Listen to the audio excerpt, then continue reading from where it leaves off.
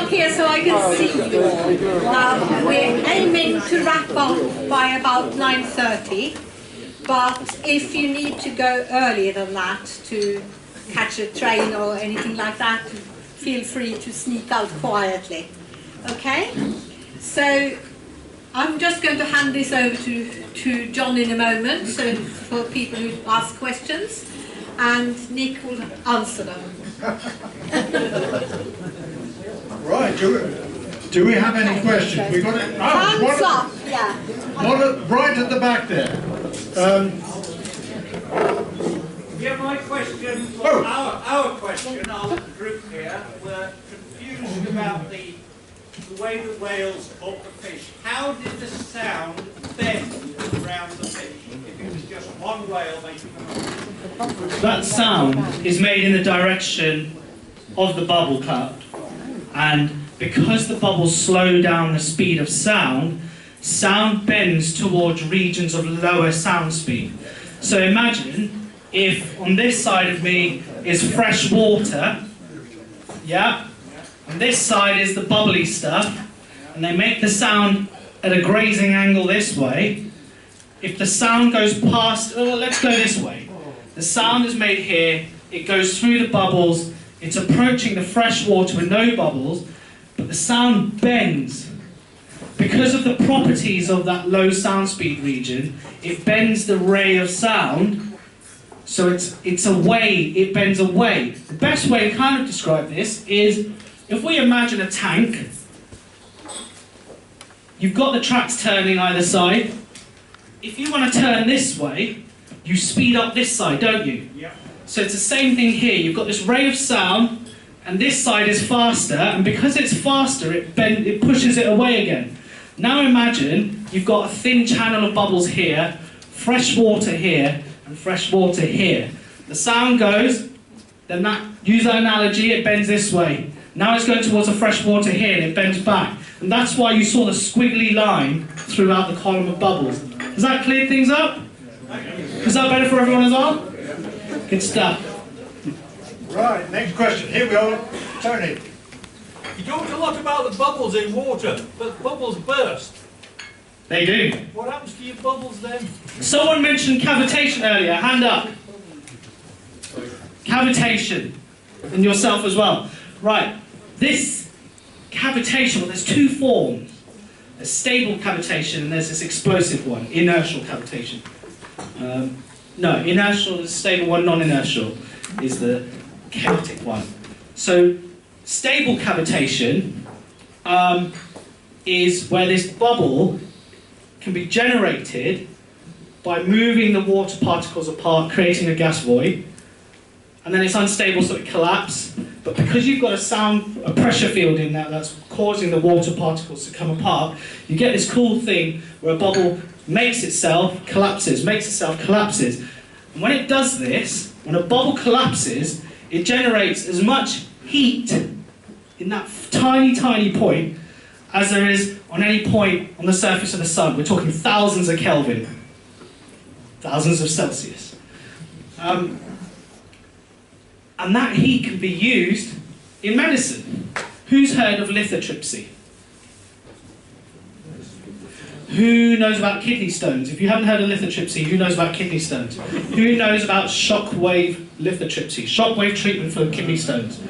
Right, so there's two mechanisms through the way that works.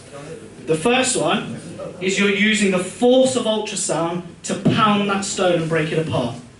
The second one is because you've got such an intense field of ultrasound, it separates the liquid in the kidney, or it separates particles in the tissue. That generates a bubble that's unstable, so it collapses. When it collapses, it creates all that heat, that energy, and some of that energy can be used to shatter that stone. So there's two mechanisms for that. But someone asked a question, can you create clean energy? I forget where it was, but there's a gentleman somewhere. Put your hand up.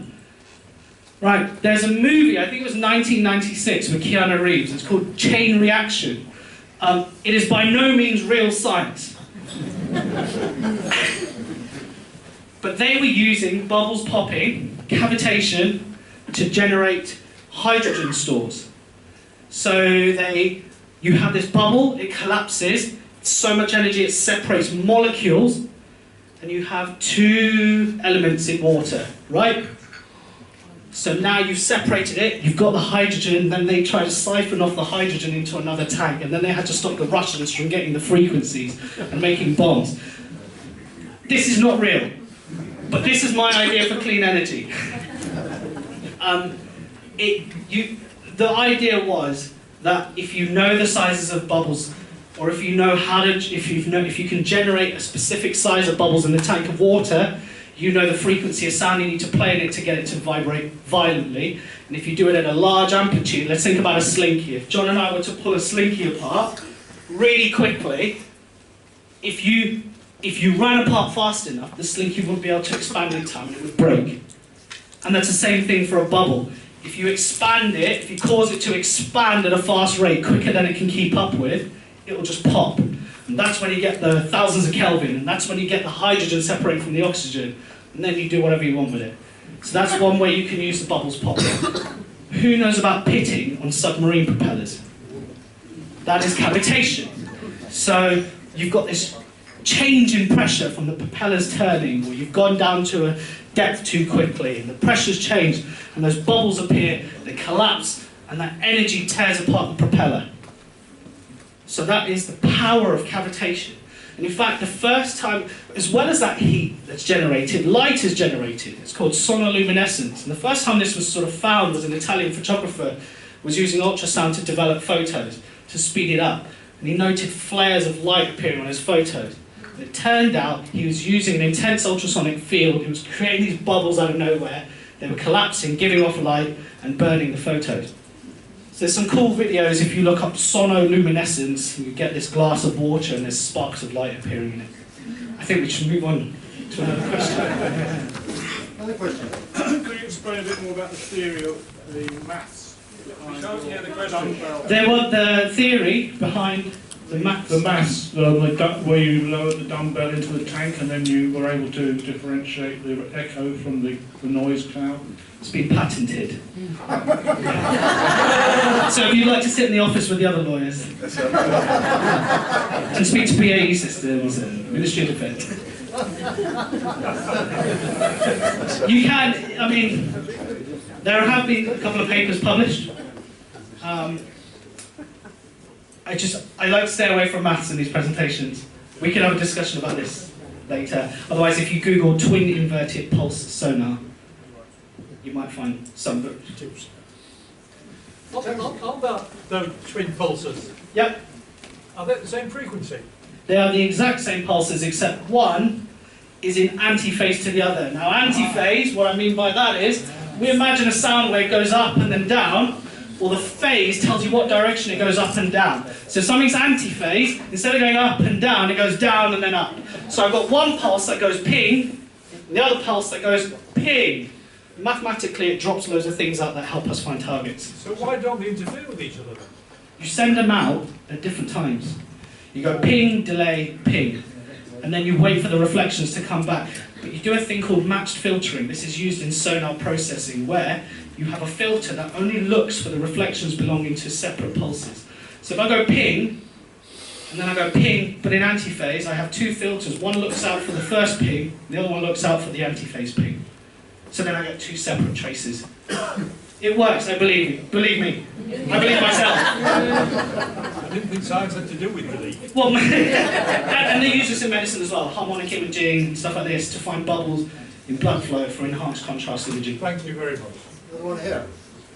I'll just shout. Can I just ask you very briefly, with the bubble net around the oil ring rig that you showed us, is there actually good evidence that that is beneficial to marine life? No. That's what I wondered. It seemed to be a nice theory, but I just wondered how to test it. So, I haven't been out there and looked at these things, I haven't taken measurements. You know, some of this stuff that I present is things that I found to sort of evidence some of the other theory that we've looked at. People use this. I mean, it gets used everywhere. I know a friend who works for a consultant called Baker Consultants, and they recommend this kind of stuff. Whether it's The Holy Grail, that's a different question. But if you combine it with other things, then it helps. For example, having a marine mitigation surveyor, marine mammal mitigation surveyor, to look at when to stop operations because something's nearby, or if something's far away and you use the bubble net, the combination of the two means that they can keep swimming far away and you've reduced some of the energy. Does that make sense? So it's hope, not reality, perhaps. Well, it is reality because it's used. It's used prevalently. All you need is a tube that goes around your construction. That's not the same as evidence, though. You'll have to go, like I said, if someone has big pockets, we can go on a ship. We'll take RRS Discovery or David Attenborough, we'll go out there and we'll take some measurement. Yep. This is the classic, this is a stupid question, but you said that when you boil water, it's air that makes bubbles, and I thought it was water vapour, steam. But the steam consists of gas. Yes, okay. So it's the gas that's dissolved in the water that is now being exsolved. It's coming out of solution of the water, rising to the top of the body of water. Some of it's exsolved. Okay. It's not water turning into water vapour, which is from the temperature. No, so my understanding is you change this pressure in the volume of water. That's causing a expansion, in some cases an expansion, the particles are moving apart. Now you create gas voids inside the body. I'm not talking about this stuff on top. The stuff in the coffee mug is the gas voids that are generated from boiling it. Okay. And what happens is these bubbles nucleate, they form, they like solid surfaces to form against, and that's what the coffee powder is. It's a surface for the bubble to form against. If you didn't have that coffee powder in there, they just redissolve. You wouldn't have a chance for the bubble to form itself. It's the fact that you have solid particles in there, that coffee powder, that gives it a surface for the bubble to form against.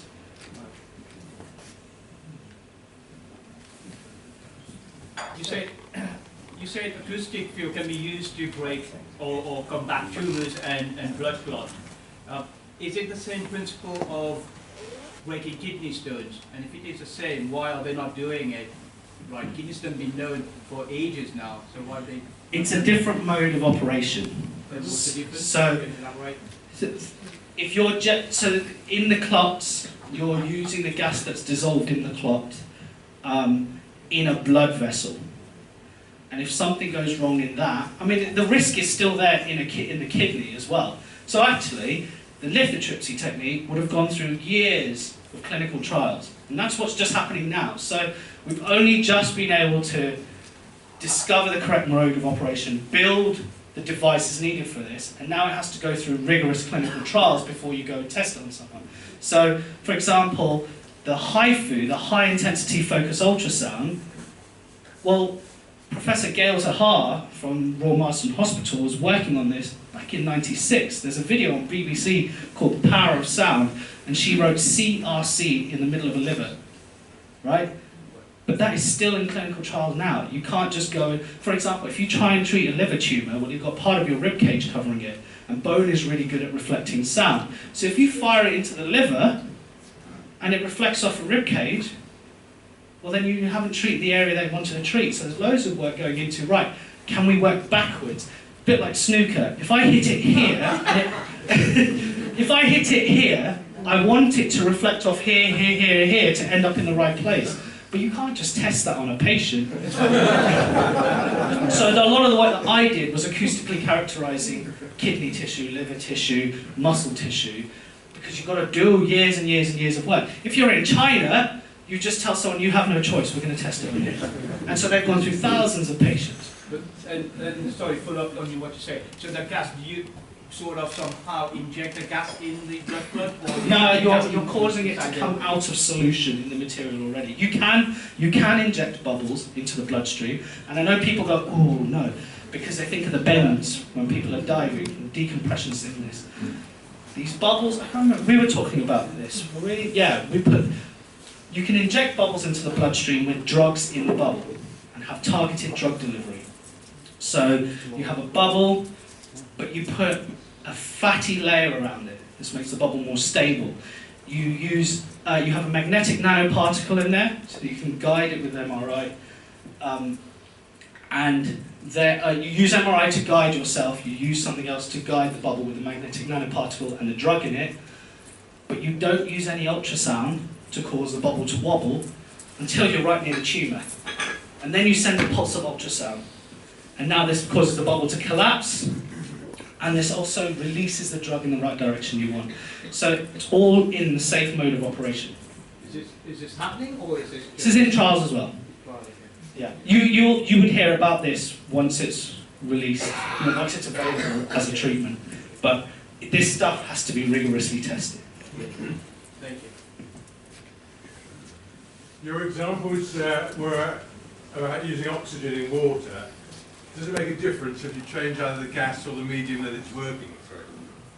So you're putting oxygen in water? Oh, you mean for bubbles are? Yeah, so different gases will have different solubility rates, or for example, air is really bad for sustaining a cloud of bubbles. So it'll dissolve really quickly, it rises quite quickly. If you have something like nitrogen, which is fairly inert, you can have bubbles lingering for a long time. But then it's expensive to have a tank of nitrogen spewing bubbles into nowhere.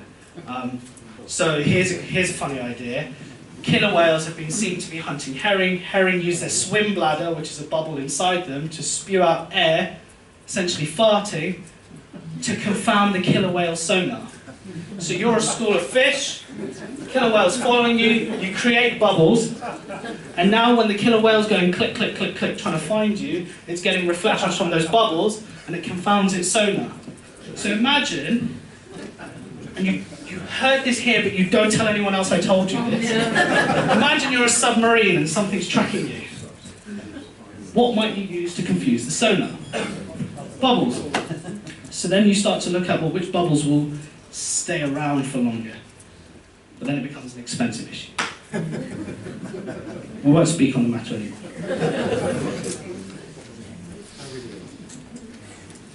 Any more questions? Any general acoustics questions? Building design, environmental noise, aircraft, cars? Yeah. Sorry, this is a general acoustics question then. We're all persuaded by the hi-fi press, etc., that we should be buying high-resolution audio, but we're told by something called the Nyquist theorem that actually you can't hear it within the limits of human hearing. Yeah. Do you have a comment on this? Is this just a marketing con, or is there a... It goes like this, right? Like it's a plateau, right? Yeah, I mean, exactly. I spent 5 years of my life working as in a weekend job selling hi-fi equipment. I was in a home theatre and hi-fi shop, and obviously there my job depended on me going, yeah, of course you need this name audio, £5,000. You will not hear it. You will not hear it, I promise you. Obviously there is a difference between buying a Bowers & Wilkins 600 series speaker and buying something from, like, I don't know, Aldi, right? But there's somewhere in between where I guarantee you won't notice the difference. But it's still worth buying some good quality stuff. Don't scrimp completely, but don't spend a mortgage on it. It's also age related. It is age related. It is age related. No, you're right. You're right. And Diminishing returns. do people know about our hearing system, how it works, and why it deteriorates with age? Yeah. This is not just your ear. Your ear consists of 3 components. This is your outer ear. Inside the ear canal, and then beyond that, the ear canal and the eardrum consist of that makes up your middle ear. After that is your inner ear. That's where all the processing happens. Who is aware of a structure known as the cochlea? Right, this snail shell shape. So, sound comes in, and this is really important, because it's really good for us hearing sounds in front of us, but it's also useful in telling us if something's from behind, because there's a delay in the sound diffracting around here. There's a quieter sound if it comes from behind, because this blocks us. Now, who has a pet, cat or dog? What happens if you make a sound behind the pet?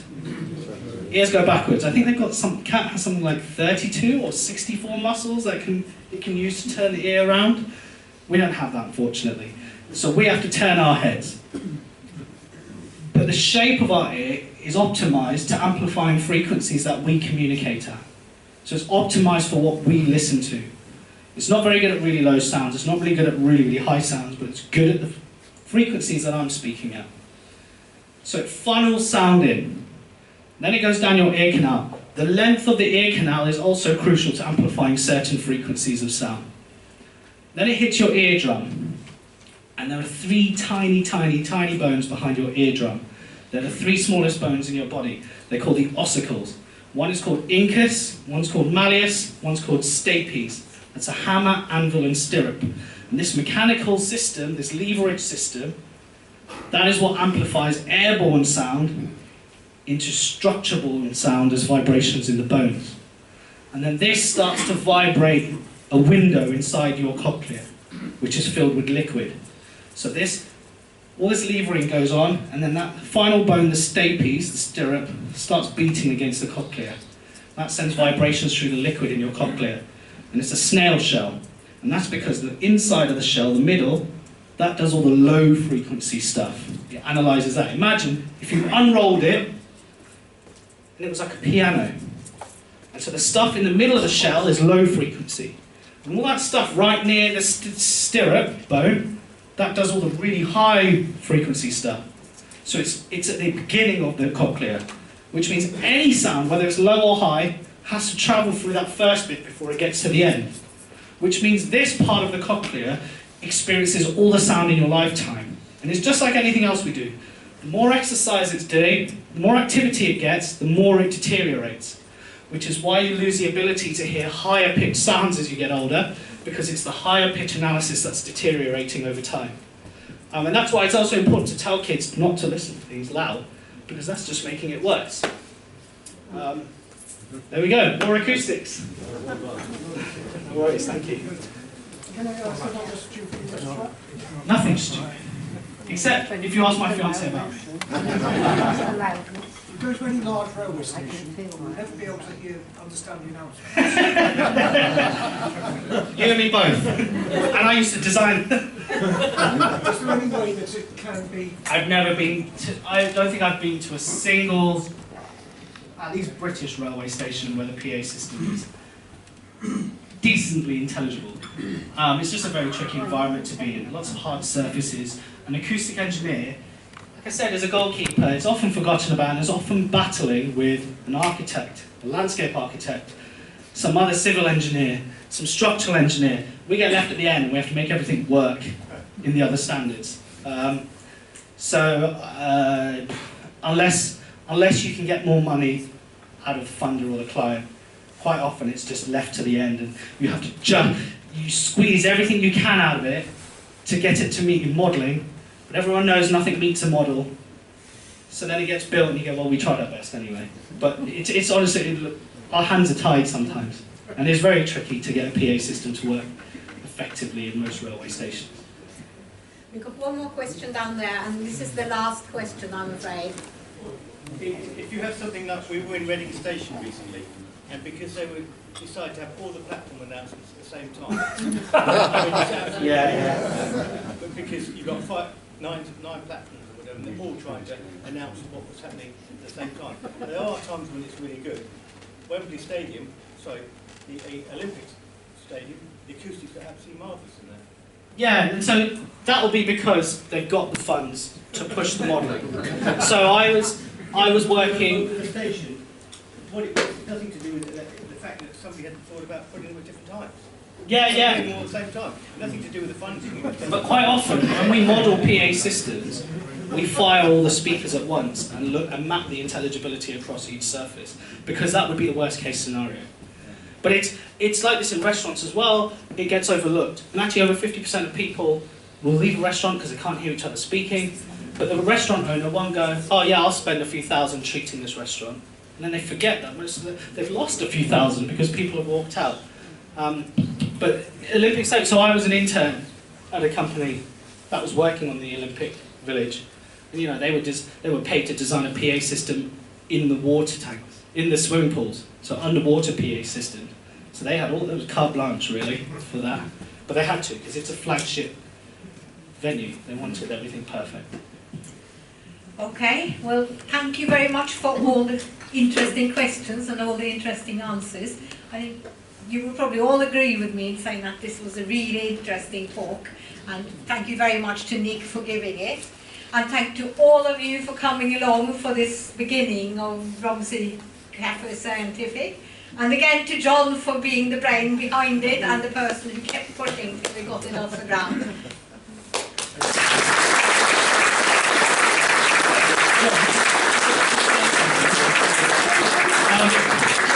If there are any more questions on Post-its, if you bring them to this table here, what I will do is I will then take photos and then answer them on the Facebook group, if that's okay with everyone.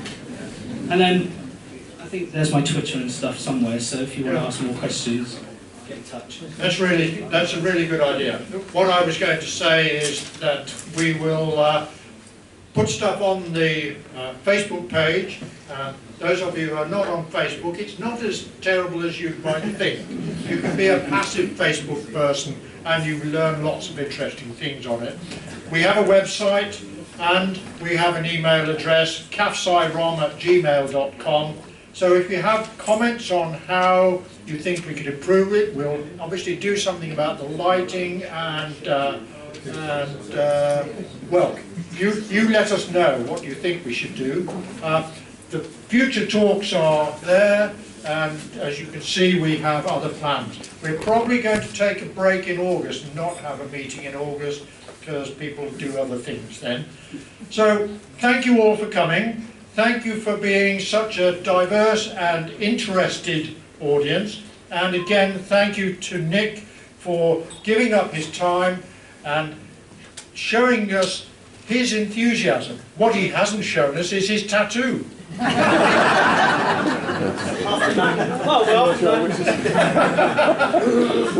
maybe late. You'll share that secret with you later. And thank you for your time as well. Thank you everybody for coming, and we hope to see you at some of the future meetings, along with anybody that you know who you think might be interested. Bring them along. So thank you very much. Good night.